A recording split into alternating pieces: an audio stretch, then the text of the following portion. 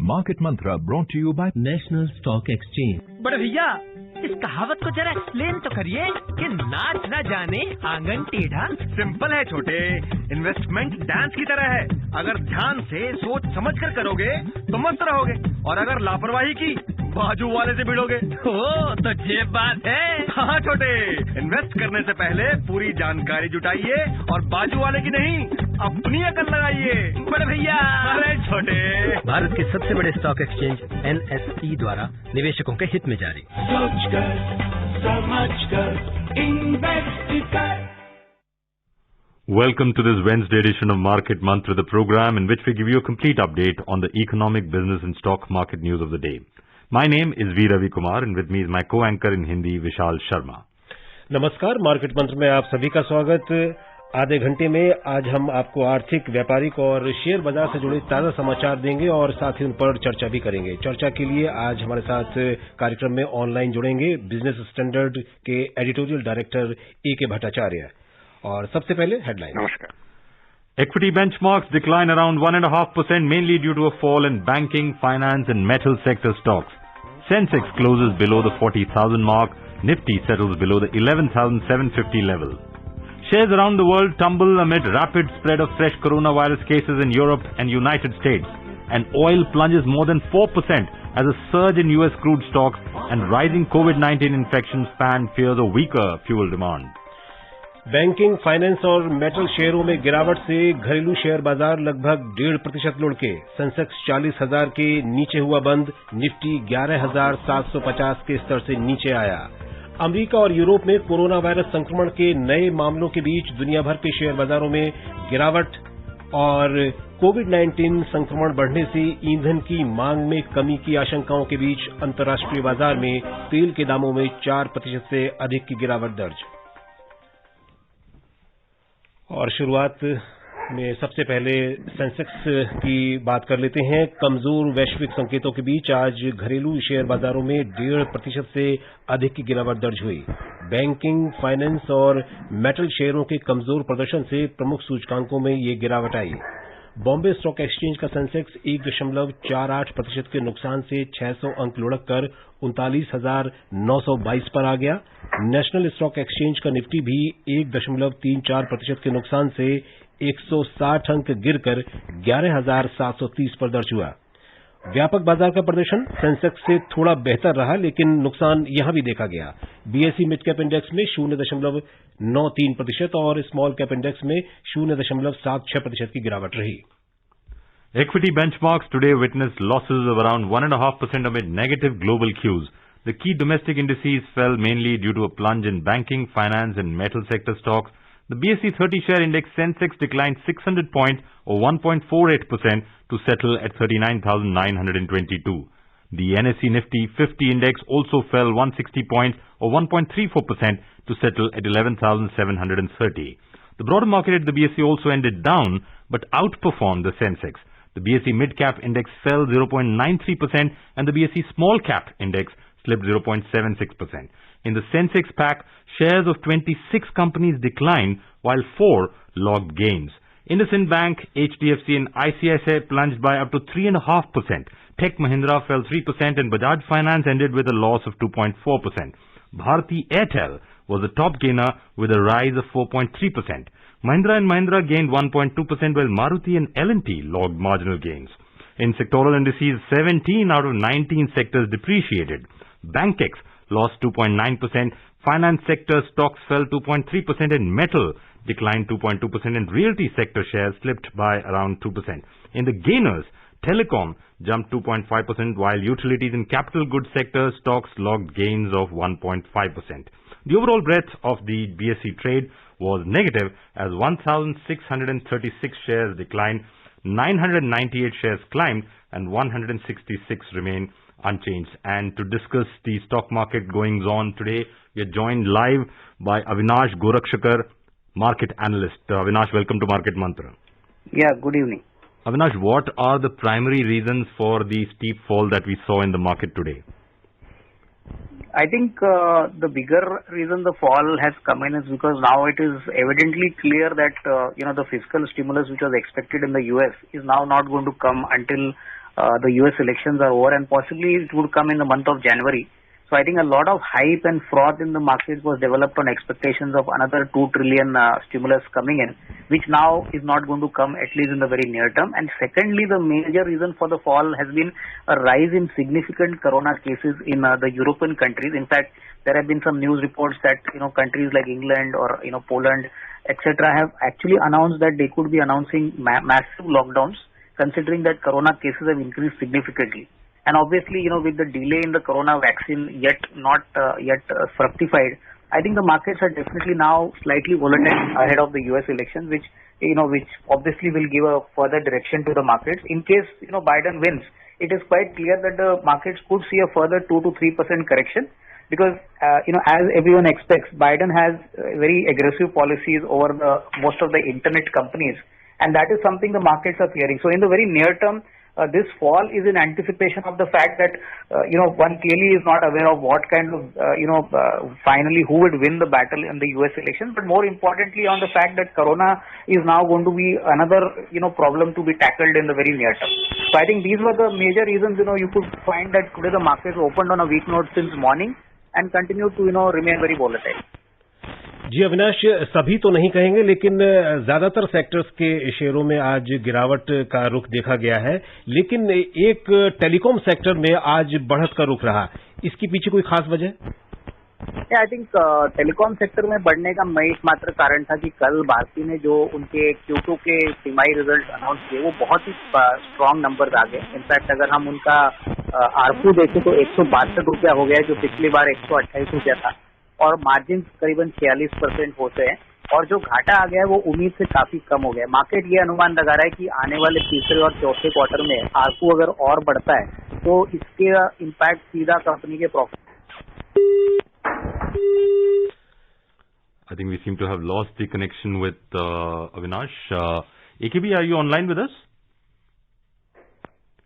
Hello. AKB, are you online with us? Yes, I am there. Yeah, AKB, we were discussing with Avinash about the Indian stock markets, and he mentioned interestingly that one of the top reasons why the market fell today so steeply was the 2 trillion expected fiscal stimulus that was supposed to come from the US hadn't come, and also mentioned the rise in the cases in Europe and US as a reason. What would you see as the prime reasons for the for well, this? Of course, the delay in getting the kind of $2 trillion of fiscal stimulus that was expected to come has certainly played a role, and so has the European coronavirus outbreak has once again, resurgence of that outbreak has also played a role. But I think equally important is the Bihar elections, which have the uncertainties over the election results.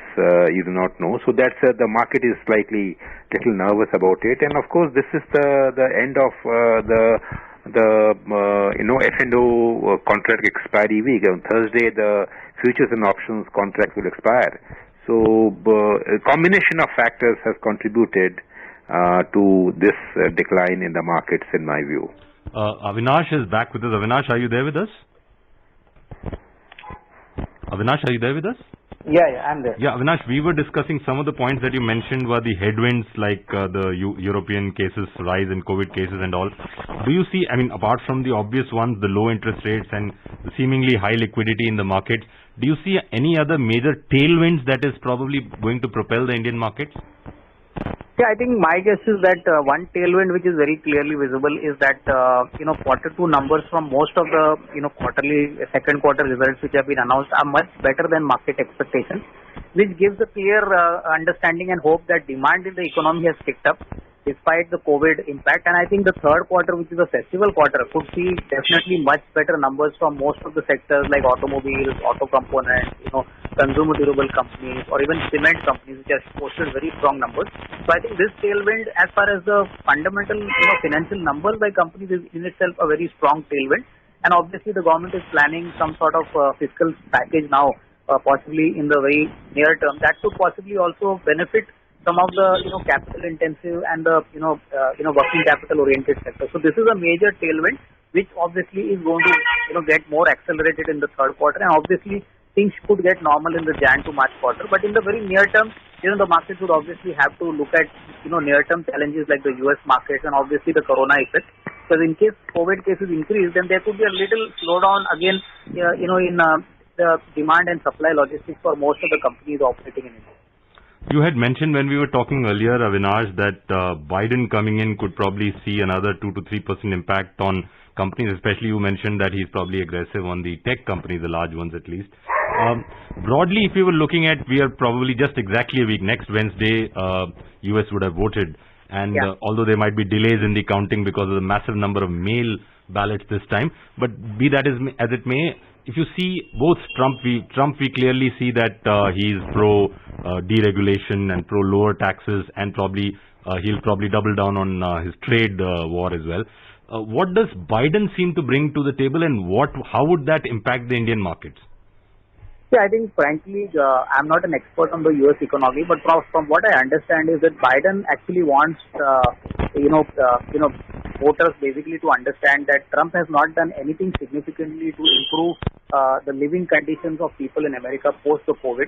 And in fact, he has promised that the COVID vaccine will be available free to everybody once it's commercialized. Most importantly, Biden has clearly said that the internet companies, like Amazon, Netflix, or Google, have been making massive profits, and they could obviously be taxed more so that they could productively contribute to the US economy. So I think this is one factor which obviously has not gone down well with the technology companies. And I think it may be a good social measure, but it's definitely not positive for the market, especially as far as the technology companies are concerned. Net, I think Biden would definitely follow a pro approach to actually having a good relationship with India as well as other emerging markets of the world. But typically what may happen is, just like last time when Trump won the election, there was a major correction in the markets. The same thing would happen this time, and afterwards there could be a reasonable kind of bounce back once things normalize and people are very clear about Biden's policies. I think till the time Biden does not spell out his policy, obviously if he wins, things are going to be slightly uncertain and volatile. So we may see a small correction, but then that could possibly recouple and actually reverse back into positive territory in a medium time frame. So for the Indian market, it's going to be a little volatile, especially in the first week of November. You're right. The volatility number I was looking at, even in the US, seems to have risen to almost 33. Clearly, the US market, the investors are quite leery at this point in time. Probably that will reflect the Indian market as well. But if you look at a probably 2 to 3 year scenario, Avinash, what are those sectors that you would favor any medium-term investor, or probably you will even call 2 to 3 years short-term these days? What would you expect that kind of, anybody who has that kind of investment horizon, what sectors would you prefer at this moment? So I think as of now, I am pretty confident and positive on the agri sector, especially anything related to rural India, and that includes tractor companies, even automobile companies, two-wheeler companies, and especially agro and pesticide companies, because within rural India there's been a very strong revival in demand. They have been impacted quite less, by COVID as compared to the urban markets. So I think investors should obviously look at any market corrections to actually increase their positions in rural-oriented kind of sectors, which I mentioned to you. And clearly, from this, try to, invest over the next, say, 2 to 3 years, because as a agri-economy theme, I would believe that the government is also going to focus more on agri, and obviously this would benefit all the players within this sector. जी अविनाश, यहाँ आप agree sector की बात कर रहे हैं कि उन पर बैट किया जा सकता है, लेकिन सरकार जो है ये सुनने में आ रहा है कि बहुत जल्द एक नया स्टिमुलस पैकेज के साथ आ सकती है तीसरे, और उसमें बुनियादी ढांचा क्षेत्र पर वो काफी जोर रहेगा उस पैकेज में. तो ऐसे में क्या सीमेंट और स्टील या इंफ्रा से जुड़े हुए जो सेक्टर हैं उनमें निवेश सही रहेगा आगे आने वाले 2-3 सालों के लिए? नहीं, बिल्कुल. सीमेंट सेक्टर में तो हमने ऑलरेडी Q2 के तिमाही नंबर्स में देखा है कि काफी अच्छी परफॉर्मेंस कंपनी दिखाई है, लेकिन यहाँ पे एक ही दिक्कत है कि काफी जल्दी सीमेंट के शेयरों ने प्राइस एप्रिशिएट हुआ है। तो मुझे लग रहा है कि जो भी निवेशक अभी इस समय ऐसे शेयरों में निवेश करेंगे उनको थोड़ा सा वॉचफुल रहना चाहिए। मैं समझता हूँ मार्केट में अगर अच्छा खासा करेक्शन आता है कोई भी कारण से, यूएस के इलेक्शन से या कोरोना केसेस बढ़ने से, तो गिरावट में डेफिनेटली सीमेंट कंपनीज खरीदे। और मुझे लग रहा है कि जो बड़ी कंपनीज है जैसे कि रैम्को सीमेंट है, अल्ट्राटेक सीमेंट है, हेडेलबर्ग सीमेंट है, ऐसी कंपनीज में निवेश के मौके जरूर मिलेंगे अगर अगले 1-2 साल के लिए वो निवेश करना चाहते हैं। Thank you, Avinash, for joining us live on Market Mantra and giving your inputs. That was market analyst Avinash Gorakshakar, who clearly seems to favor the rural-oriented sector for anybody who has an investment horizon of 2 to 3 years. और आगे बढ़ने से पहले ले लेते हैं एक break. बड़े भैया, इस कहावत को जरा एक्सप्लेन तो करिए कि नाच न जाने आंगन टेढ़ा। सिंपल है छोटे, इन्वेस्टमेंट डांस की तरह है। अगर ध्यान से सोच समझ कर करोगे तो मस्त रहोगे, और अगर लापरवाही की बाजू वाले से भिड़ोगे। ओ, तो ये बात है। हाँ छोटे, इन्वेस्ट करने से पहले पूरी जानकारी जुटाइए और बाजू वाले की नहीं, अपनी अकल लगाइए। बड़े भैया। अरे छोटे, भारत के सबसे बड़े स्टॉक एक्सचेंज NSE द्वारा निवेशकों के हित में जारी। सोचकर समझकर इन्वेस्ट कर। ब्रेक के बाद मार्केट मंत्र में आप सभी का फिर से स्वागत। अब डाल लेते हैं नजर रुपए के प्रदर्शन पर। अंतर बैंकिंग विदेशी मुद्रा बाजार में आज रुपया 16 पैसे कमजोर होकर $1 के मुकाबले 73 रुपये 88 पैसे के स्तर पर आ गया। घरेलू शेयर बाजारों में गिरावट और डॉलर में मजबूती से रुपए में ये कमजोरी आई। 6 अन्य प्रमुख मुद्राओं की तुलना में डॉलर की मजबूती प्रदर्शित करने वाला डॉलर इंडेक्स 0.57% बढ़कर 93.47 पर पहुंच गया। AKB, the rise of dollar in the dollar index typically indicates then investors pulling out of stocks due to its status of the dollar as a haven currency. Do you expect that trend to continue, or is it just the volatility because of the elections?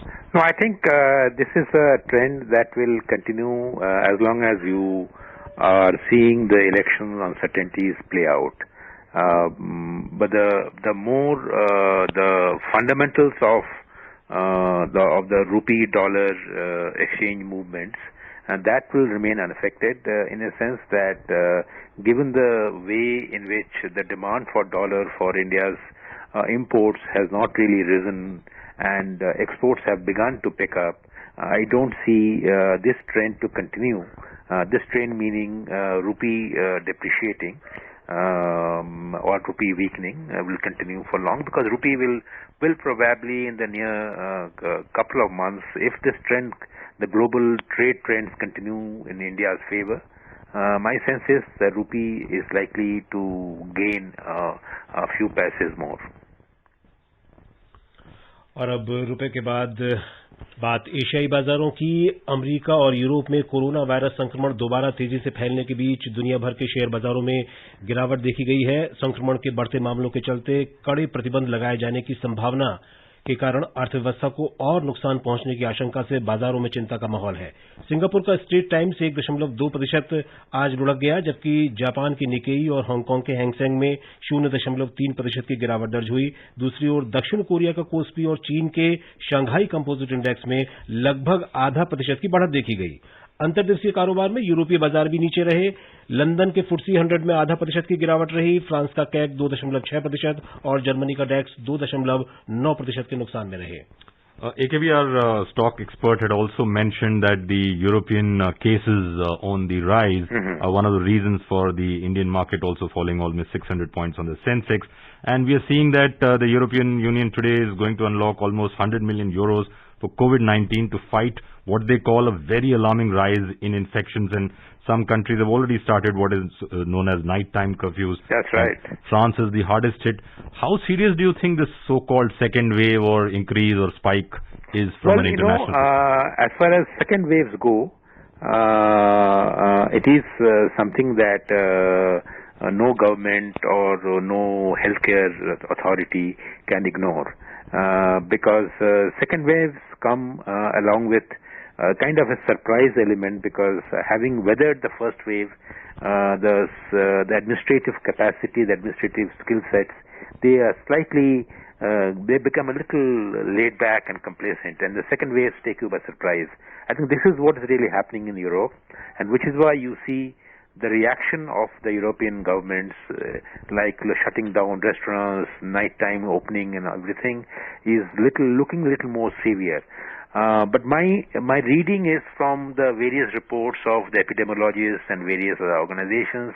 There are two things that we need to take note of. One is the second wave of any such epidemics, always the intensity or the fatality rates are much lower, in a sense that the people who may get infected, but the fatality rate is less in a second wave. The second thing is, so the second wave normally is now coming closer to the period when most likely the AstraZeneca vaccine should be available by January or so. So the second wave is probably will be coinciding with the advent of vaccine, and given the fact that the vaccine's immunoresponse in most adults have been very good, I don't think that the second wave should be taken seriously. But in terms of fatality and in terms of its remaining a threat as such, should not be overestimated. Let's move to another country which is seeing a significant rise in the number of infections, that is the US. The S&P 500 and Dow fell yesterday, dragged down by a string of earnings disappointments and doubts about a coronavirus stimulus package before election day, although Nasdaq rose ahead of results from mega-cap technology companies. The Dow Jones Industrial Average fell 0.8% and the S&P 500 slipped 0.3%, while the Nasdaq Composite Index added 0.6%. AKB, when we were speaking to our market analyst, he mentioned that Biden coming in could probably see a similar knee-jerk reaction in the US markets like Trump's coming in 4 years ago. What is the significant aspect of Biden's policy, economic policy, that could probably be substantively different from what Trump brings to the plate? Well, I think the Democrats, by tradition, they believe in a larger government play, and they are by nature little suspicious of the private sector, and I think the nervousness that you see is because of that nature. But there is one critical factor that we cannot lose sight of, which is that the Democratic candidates' language and campaign rhetoric should not be seen as the exact indicator of what they will do when they assume office. If you look at Barack Obama's rhetoric before he won the election and after he took office, they're quite different. So therefore, the Democrats have this tradition, which is the legacy problem, that what they say before the elections and what they do when they assume office are quite different. So therefore, yes, the markets are a little nervous because of Biden's, and not just Biden, his vice president nominee Kamala Harris, her statements on climate change action, on the kind of taxation policies they will follow, which will take away some of the benefits to the companies and the rich, and most importantly the tech companies. Remember, the tech companies are actually hugely have supported the Democrats. So I do not see a scenario in which the Democrat president is elected that they will do something by which the tech, the FANGs will be seriously impacted. Yes, there will be some statements, some actions, some investigations will be ordered, but I don't take these things seriously. At the end of the day, the US presidents will make sure that the free enterprise nature of the American economy is maintained, right, and open economy's character is preserved. Right. और अब बात 10वीं Bharat Britain आर्थिक और वित्तीय परिचर्चा से जुड़ी हुई। वित्त मंत्री निर्मला सीतारामन ने कोरोना वायरस को देखते हुए वैश्विक चिंताओं के लिए 10वीं भारत ब्रिटेन आर्थिक और वित्तीय परिचर्चा में आज नई दिल्ली में वीडियो कॉन्फ्रेंसिंग के माध्यम से हिस्सा लिया। इस अवसर पर उन्होंने कहा कि भारत और ब्रिटेन के बीच आर्थिक रिश्ते महत्वपूर्ण हैं और दोनों देश विश्व की सबसे बड़ी 7 अर्थव्यवस्थाओं में शामिल हैं और दोनों देशों का संयुक्त सकल घरेलू उत्पाद $5 ट्रिलियन से ऊपर है। वित्त मंत्री ने कहा कि 2007 में पहले ई फंड कॉरपोरेशन से लेकर अब तक दोनों देशों के बीच व्यापार 2 गुने से अधिक हो गया है और दोनों देशों में 5 लाख से अधिक रोजगार देने वाले आपसी निवेश संभव हुए हैं। उन्होंने कहा कि कोरोना वायरस से उत्पन्न चुनौतियों को लेकर अपनी प्राथमिकताओं और आर्थिक पुनरुद्धार के लिए अपने अनुभवों को साझा करने के लिए ये सत्र महत्वपूर्ण होगा और इससे बेहतर परिणाम प्राप्त होंगे। India today hosted the 19th meeting of the Shanghai Cooperation Organization SCO Ministers of Foreign Economy and Foreign Trade. In his opening remarks, Minister of Commerce and Industry Piyush Goyal said the current crisis due to COVID-19 is a clarion call to the SCO countries to leverage the economic strength and explore partnerships that enhance trade and investment in the region. He said cooperation should be continued to enhance intra-SCO trade and investment, which would be critical in ensuring the speedy recovery from the aftermath of the pandemic. In the meeting, 4 documents were adopted. They include statement on the response to COVID-19, which reinforces the need for greater cooperation for access to medicines and facilitation of trade, and statement on the multilateral trading system of ministers of SCO countries who are WTO members. This statement highlights the importance of the rule-based multilateral negotiations. Besides, statement on SCO cooperation on intellectual property rights (IPR) was also adopted, which relates to cooperation of intellectual property and includes sharing information and experience on legislation and enforcement, cooperation in international organizations and other areas. Now let's look at the oil market. Oil prices today tumbled more than 4%, giving up the previous day's gains as a surge in US crude stocks and rising coronavirus infections in the United States and Europe fanned fears of a supply glut and weaker fuel demand. In intraday trade, Brent crude prices were trading around $39.60 per barrel, while WTI crude prices were around $37.70 per barrel. AKB, if you look at Brent now suddenly moving below 40 after being above 40 for quite a while, and the stockpiles rose by 4.6 million barrels in US, and the forecast was actually 1.1 million barrels, so that's a substantive increase. Do you expect the rates to soften further? No, I think my sense is that as long as coronavirus continues to exercise a kind of a demand squeeze on the global economy, yes, the oil prices will remain subdued, move around these levels. But once the coronavirus has been tamed, so to say, with a vaccine, my sense is the demand will surge once again, and once the demand surges, the oil prices should bounce back. और अब बात सोने की। रुपए के कमजोर पड़ने और अंतर्राष्ट्रीय बाजार में सोने के दाम गिरने से दिल्ली सराफा बाजार में आज सोना 188 रुपए महंगा होकर 51,220 रुपए प्रति 10 ग्राम पर पहुंच गया। चांदी भी 342 रुपए मजबूत होकर 62,712 रुपए प्रति किलोग्राम के स्तर पर जा पहुंची। अंतर्राष्ट्रीय बाजार में सोना लगभग 1% की गिरावट के साथ $1,893 और 60 सेंट प्रति औंस पर रहा। चांदी भी लगभग 2% टूटकर $24.12 प्रति औंस पर रही। भट्टाचार्य जी, यहाँ अंतर्राष्ट्रीय बाजार में सोने की कीमतों में गिरावट और भारतीय सराफा बाजारों में, घरेलू सराफा बाजारों में आज सोने के दाम बढ़े। ब्रीफली देखिए, ये फेस्टिवल का टाइम है, अभी दिवाली गई नहीं है, दिवाली आने वाली है, तो डिमांड जो फेस्टिवल डिमांड में होती है उसी का मैं समझता हूँ कि उसी का एक आप फलस्वरूप आप सोने की दाम में इजाफा देख रहे हैं। Right AKB, thank you so much for joining us live on market Mantra and commenting on the developing news stories. Before we close this edition of Market Mantra, a reminder of the headlines. Equity benchmarks decline around 1.5%, mainly due to a fall in banking, finance and metal sector stocks. Sensex closes below the 40,000 mark. Nifty settles below the 11,750 level. Shares around the world tumble amid rapid spread of fresh coronavirus cases in Europe and United States, and oil plunges more than 4% as a surge in US crude stocks and rising COVID-19 infections fan fears a weaker fuel demand. That's all that we have in this edition of Market Mantra. Namaskar. Namaskar.